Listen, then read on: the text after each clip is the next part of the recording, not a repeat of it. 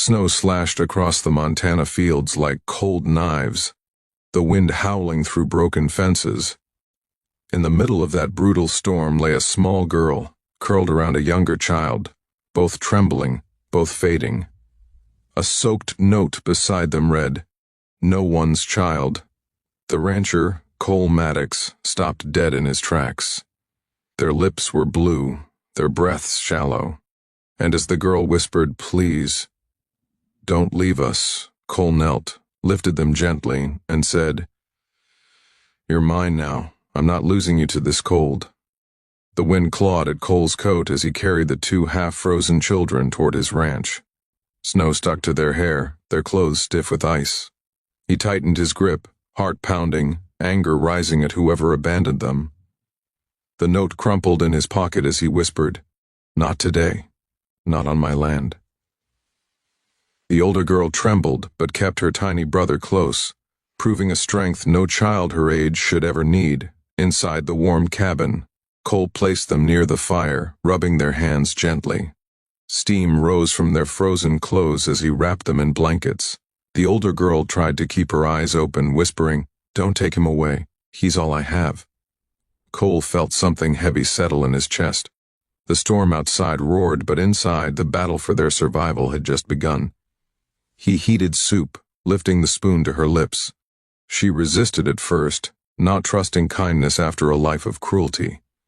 But when her brother whimpered, she opened her mouth, forcing herself to be strong for him. "What's your name?" Cole asked softly. She whispered, "Leah." "And this is Noah." Their names felt fragile, like they could vanish if spoken too loudly. Hours passed before their shivering eased. Cole watched as Leah slowly warmed, but her eyes carried a fear that didn't melt with heat. He recognized that look. He'd seen it in abandoned animals, in wounded hearts. "You're safe now," he told them. Leah nodded, but her grip on Noah tightened. Safety was a word she didn't trust anymore. Cole stepped outside briefly, staring into the white void of the storm. Who dumped children in this cold? Why the note? His blood chilled, not from the air but from imagining what might have happened if he'd ridden past just minutes later. Determination filled him. "I'm not letting whoever did this come near them again." When he returned, Leah was awake, watching him like a small fawn, hurt, cautious, ready to flee. "You're not going back out there alone," Cole said gently. "This is your home for now." She swallowed, her voice shaky. "Homes never stay," she whispered.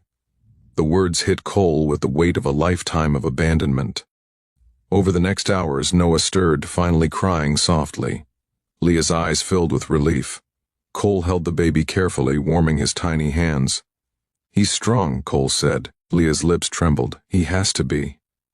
For the first time, Cole saw a spark of faith in her eyes, a tiny belief that maybe this rancher wasn't like the others. As night deepened, Cole laid bedding near the fire. Leah sat awake long after Noah slept, her gaze fixed on the door. "Are you waiting for someone?" he asked. She shook her head. "No. I'm making sure they don't come back." The fear in her voice told Cole everything. Danger wasn't gone, it was circling. Cole poured warm tea for her. "Tell me what happened," he asked gently. Leah hesitated, then whispered, "They said we were a burden. They said winter would take us, and no one would care." Her voice cracked on the last word. Cole felt something inside him break. "They were wrong," he said firmly. A loud thud outside shook the cabin, making Leah jump. Cole reached for his rifle, signaling her to stay behind him. The storm blurred shapes outside, but footsteps crunched in the snow.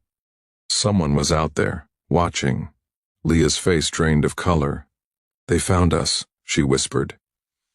Cole opened the door just enough to see a dark figure lingering near the barn. The man froze under Cole's stare before disappearing into the snow. Cole shut the door. "You're not touching them," he muttered. Leah trembled violently. "He's the one who left us. He'll take Noah again." Cole knelt in front of her, voice steady. "No one is taking either of you, not while I'm breathing." Leah studied him, searching his face for lies. For the first time she believed him, just a little. Outside the wind screamed, but inside Cole's promise held strong. He stayed awake all night watching over them. Leah drifted to sleep only when she knew Cole wasn't going anywhere. Noah curled into her arms, tiny breaths finally steady. Cole glanced at them and felt something shift inside him, responsibility turning into something deeper. When dawn rose, the storm cleared. Snow glistened like scattered diamonds. Leah woke to the smell of warm bread, her eyes widening. Cole smiled softly. "Welcome to another day," he said. She touched the blanket gently, as if testing whether this safety was real. For now it was. Cole stepped outside to check the tracks left by the intruder. Fresh footprints trailed toward the woods, confirming the man hadn't vanished. He was waiting. Cole's jaw tightened. This wasn't just abandonment. This was hunting. Inside, Leah fed Noah small bites of bread. Her hands still shook, but her eyes followed Cole with silent trust. She didn't ask if they'd be safe. She asked only, "Will he come back?" Cole answered with certainty, "Not today." The day passed quietly, but the air carried tension, like the forest itself was holding its breath. Cole repaired the barn door, reinforced windows, and kept the children close. Leah watched, amazed by how tirelessly he worked. "Why are you helping us?" she asked. Cole paused. "Because someone should have helped you long before winter did." Leah's eyes softened, a tiny flame of hope flickering where fear once lived. Just when peace began settling over the ranch, a distant shout shattered it. Cole rushed outside. 3 men on horseback approached fast, their expressions cold as the snow. Leah froze, breath catching. "They're here for us." Cole pulled her behind him, voice low but powerful. "They're not taking anything from this ranch. Not you, not Noah." The wind carried the thunder of hooves as danger closed in. The leader dismounted, smirking. "Those kids don't belong to anyone. Hand 'em over." Cole stepped forward, eyes like steel. "They belong to me now." Rage twisted the man's face. He lunged, but Cole was faster. A warning shot cracked through the air, echoing across the frozen field. The horses panicked, stumbling back. The men realized instantly this rancher wasn't bluffing. "You think you can stop us?" the leader hissed. Cole lowered his rifle but didn't waver. "Try me." Behind him, Leah held Noah tightly, eyes wet but fearless. Something inside her shifted. She wasn't alone anymore, and when the men saw that resolve, they stepped back. "This isn't over," the leader growled before riding off. Cole watched until they vanished into the tree line. Back inside, Leah burst into tears, not from fear but overwhelming relief. She clutched Noah to her chest as Cole knelt beside them. "You didn't let them take us," she whispered. "No one takes what I protect," Cole replied softly. Leah leaned her forehead against his shoulder, allowing herself for the first time to feel safe in someone's arms. Over the next few days, the ranch transformed. Laughter replaced whispers of fear. Leah learned to help with small chores, feeding the chickens, brushing horses, her confidence growing. Noah began to crawl, giggling at everything he touched. Cole found himself smiling more than he had in years.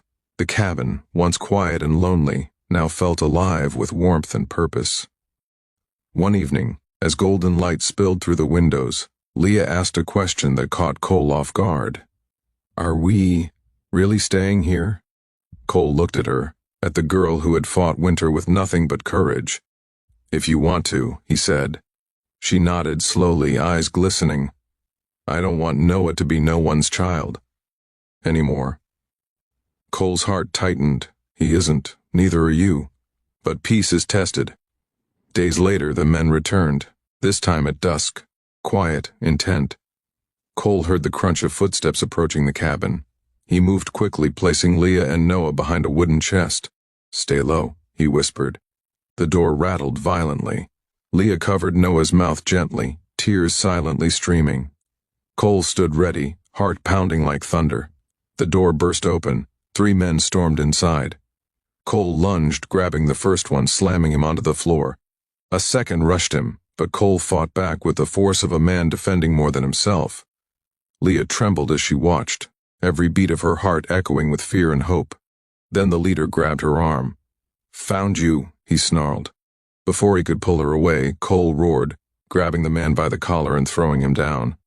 "You're done touching these kids," he growled. A final blow ended the struggle. The men scrambled out, defeated, terrified of the rancher whose rage burned hotter than any winter storm. Cole slammed the door, chest heaving, adrenaline sharp as ice. Leah ran to him, sobbing into his coat. I thought he'd take us again." Cole wrapped his arms around her tightly, a warm shelter against the cold. "No one is ever taking you again. I promise." Her trembling slowed as she trusted that promise more than anything she'd known. Behind her, Noah crawled toward Cole and grabbed his boot, claiming him in his own tiny way. The sheriff arrived the next morning, hauling the men away.